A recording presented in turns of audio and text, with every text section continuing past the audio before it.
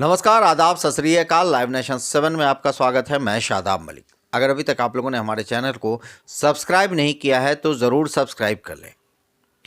BSSC ने notification जारी करके जो अभ्यर्थी 700 कुछ अभ्यर्थी हैं जिनका मेंस का रिज़ल्ट अभी आया है, जो नए अभ्यर्थी हैं उनका, और उनके लिए जो नोटिफिकेशन बीएसएससी ने जारी किया उसमें ये बात लिखी है कि 30 अक्टूबर के बाद कोई भी तारीख जारी कर सकता है बीएसएससी उनके टाइपिंग और शॉर्ट हैंड के टेस्ट के लिए। टाइपिंग और शॉर्ट हैंड यानी जो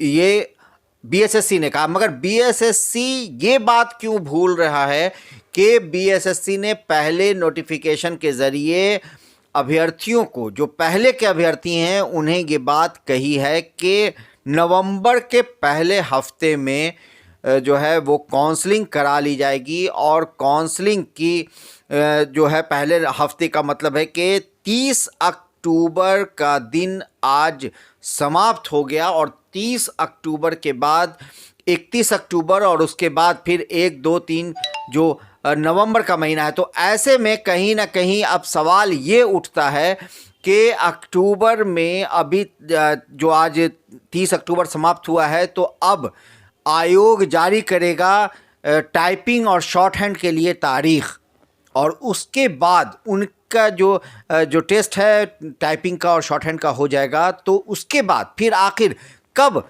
जारी करेगा और ये प्रक्रिया कैसे नवंबर के पहले हफ्ते में पूरी कर लेगा काउंसलिंग की प्रक्रिया, क्योंकि नवंबर के पहले हफ्ते में ही दिवाली है और फिर उसके बाद छठ है।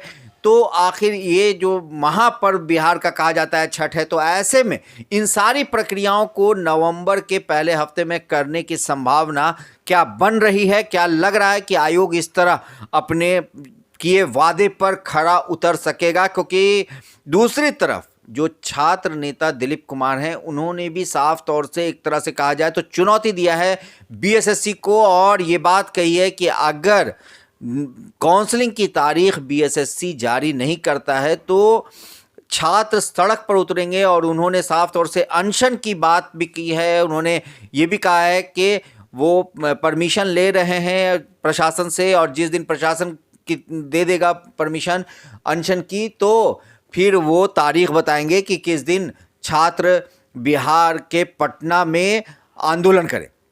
ऐसे में आयोग 30 अक्टूबर की तारीख आज समाप्त होती है और आयोग ने ये जो नोटिफिकेशन जारी करके कहा कि 30 तारीख के बाद कभी भी उनका डेट आएगा टाइपिंग और शॉर्ट हैंड का। तो अब 30 तारीख तो आज समाप्त हो गया, अब आखिर कब डेट देता है? अगर 31 को देता है तो 31 को संडे है यानी रविवार का दिन है, उसके बाद फिर 1 तारीख मंडे है, 2 को फिर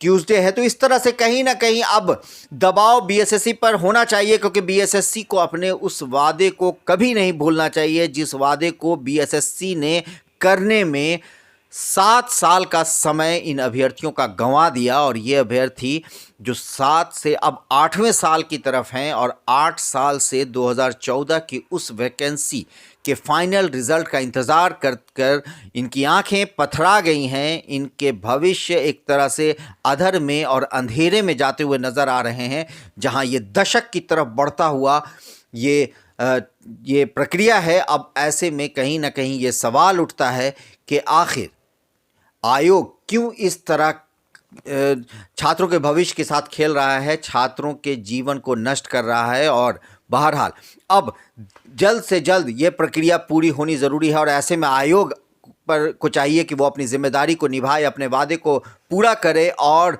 नवंबर के पहले हफ्ते में काउंसलिंग की भी तारीख तय करे। और ये मुमकिन है क्योंकि जब काम होता है तो फिर सारी चीज़ें साइड कर दी जाती हैं, और ख़ासकर छात्रों का तो पर्व तब होगा जब उनके जेब में पैसा हो, उनके हाथ में नौकरी हो और उनको कोई पद मिले, ताकि वो अपने परिवार की भी देखभाल कर सके और अपना जीवन भी संवार सके। इस तरह की खबरों के लिए आप बने रहें हमारे साथ, देखते रहें हमारा वीडियो। अगर आपको हमारा वीडियो पसंद आता है तो हमारे चैनल को ज़रूर सब्सक्राइब करें। अगर आप फेसबुक के जरिए देख रहे हैं तो पेज लाइक करें, साथ ही ट्विटर हैंडल पर हमें फॉलो ज़रूर करें। धन्यवाद।